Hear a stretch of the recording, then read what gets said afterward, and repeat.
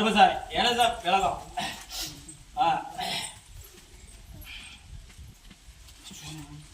என்ன வேணும் என்ன பிரிக்கலையா பிரிச்சாச்சா முதல்ல ஆறிடுச்சா புண்ணு வா பக்கத்துக்கு வா ஆறிச்சா இந்த பிள்ளைக்குப்பா என்கிட்ட முதல்ல வரும்போது கருமசாமி வந்து உன் வியாபாரத்தெல்லாம் நல்லா ஓட்டி கொடுக்குறேன் உன் தொழில வந்து முன்னேற்றம் பண்ணி கொடுக்குறேன்னு சொன்னேன். நல்லா போனால் அதுக்கு முன்னால் முன்னேற்றம் இல்லை, நல்லா சம்பாதிச்சா நல்லா இது பண்ணலாம். அதுக்கப்புறம் இடையில வந்து உனக்கு டைம் சரியில்லை, கொஞ்சம் சில பிரச்சனைகள் உன் வீட்டில் ரெடி பண்ணிக்க, இது பண்ணிக்க, இது பண்ணாரேன் பண்ணிக்கன்னு சொன்னேன். உள்ள வந்து அசால்ட்டா சரி அப்புறம் பண்ணிக்கலாம்னு சொல்லி விட்டுருச்சு. அப்புறமே நானும் சரி போயிட்டு வா பேசலான்னு விட்டேன். இருந்தாலும் டைம் சரியில்லை, ரொம்ப இதாக இருப்பா அப்படின்னு சொன்னேன். கேட்கல, சரி பார்த்துக்கலாம் அப்படின்னு கொஞ்சம் அசால்ட்டாக இருந்தது. 30 அடி பனை மரத்துலேருந்து கீழே விழுந்தது. கீழே விழுந்து இந்த கை கட்டாகி போச்சு, நெஞ்சில் அடி. அன்னைக்கே முடிஞ்சிருக்க வேண்டியது இல்லையா? கருப்பசாமி விழுந்த உடனே யாரை கூப்பிட்டேன்? கருப்பசாமின்னு என்ன தான் கூப்பிட்டேன் இல்லையா? கூப்பிட்டதுக்கப்புறம் நான் வெளியில் இருந்தேன் இல்லையா? என் பிள்ளை வெளியிலேருந்து ஃபோன் பண்ணி இது பண்ணி இந்த மாதிரி வந்து அந்த பிள்ளையோட உயிருக்கு எந்த ஒரு பிரச்சனையும் வராது, நான் காப்பாற்றி கொடுக்குறேன், இது பண்ணி கொடுக்குறேன். ஆனால் அந்த இது வந்து இன்னும் இதாகலை, கொஞ்சம் கொஞ்சமாக நான் சரி பண்ணி கொடுக்குறேன் அப்படின்னு சொல்லி சொன்னேன் இல்லையா?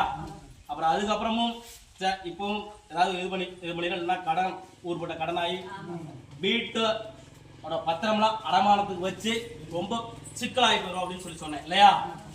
அதுக்கப்புறம் வச்சாச்சா? எத்தனை லட்சத்துக்கு வச்சுக்கிற? 3 லட்சத்துக்கு வச்சுக்கிற இல்லையா? அதுக்கப்புறம் சரி ரைட்டு வச்சுட்டு அதுக்கப்புறம் ரெடி பண்ணணும்னு சொன்னேன். அப்போ விட்டாச்சு. அதுக்கப்புறம் சாமி என்னால் முடியல சாமி அப்படின்னு சொல்லி திருப்பி வந்தேன். திருப்பி வந்ததுக்கு நான் என்ன சொன்னேன்? ஏற்கனவே ஆக்சிடென்ட் ஆயிடுச்சு 2 வருஷத்துக்கு முன்னால ஆக்சிடென்ட் ஆயிருந்தது சேலத்துல. அதுக்கு காசே வரல, 2 வருஷமா காசு வரல, அமௌண்ட் வரல, எதுவும் கொடுக்கல இல்லையா? அப்ப கருப்பசாமி அந்த பணத்தை நான் வர வச்சு கொடுக்குறேன், வீட்டுக்கு இதெல்லாம் பண்ணிட்டு மீதியை வந்து சில விஷயங்கள் ஆஸ்பத்திரி வச்சுக்க நான் ரெடி பண்ணி கொடுக்குறேன்னு அதையும் நம்ம செலவு பண்ணிட்டோம் இல்லையா? அதையும் வாங்கி செலவு பண்ணியாச்சு. அடுத்து என்கிட்ட காசு இல்லைன்னு எப்ப எங்க வந்த?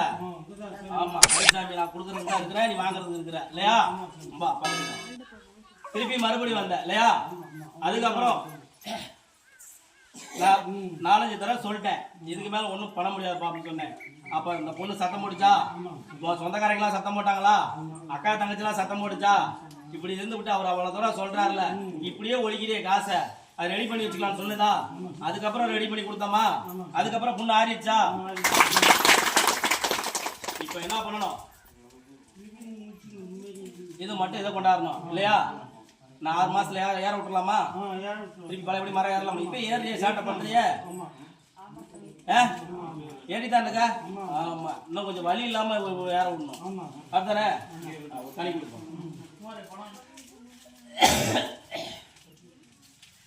தனி கொண்டு அடுத்தச்சா